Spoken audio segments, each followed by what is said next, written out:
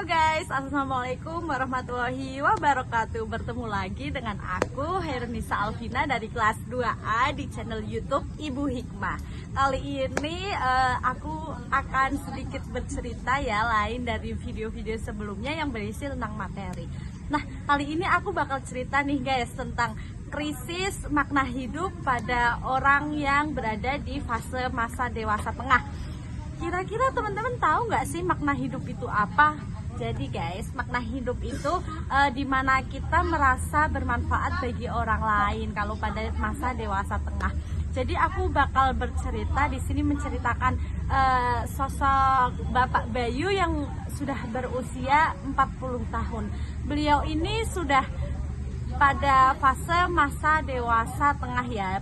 Mbak Bayu ini dia bekerja sebagai manajer di suatu perusahaan. Tetapi Mbak Bayu ini merasa kalau dia ini seperti kurang bermanfaat bagi orang lain. Pak Bayu ini merasa kehilangan semangat hidupnya ketika ia merasa kayak aku ini kerja ngejar apa sih gitu. Terus akhirnya Pak Bayu ini memutuskan untuk konseling nih guys, konseling kepada ahlinya, yaitu bercerita kalau dia mengalami krisis makna hidup. Lalu dari konseling itu dia mendapatkan saran untuk melakukan perjalanan ya, untuk melakukan trip seperti penyuluhan-penyuluhan untuk datang ke daerah-daerah terpencil.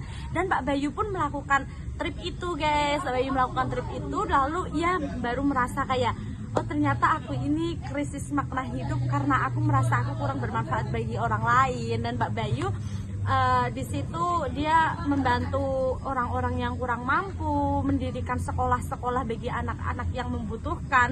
Lalu akhirnya ia merasa bahwa hidup ia itu menjadi bermakna dan akhirnya ia hidup bahagia. Dadah, terima kasih, sekian cerita dari aku. Wassalamualaikum warahmatullahi wabarakatuh.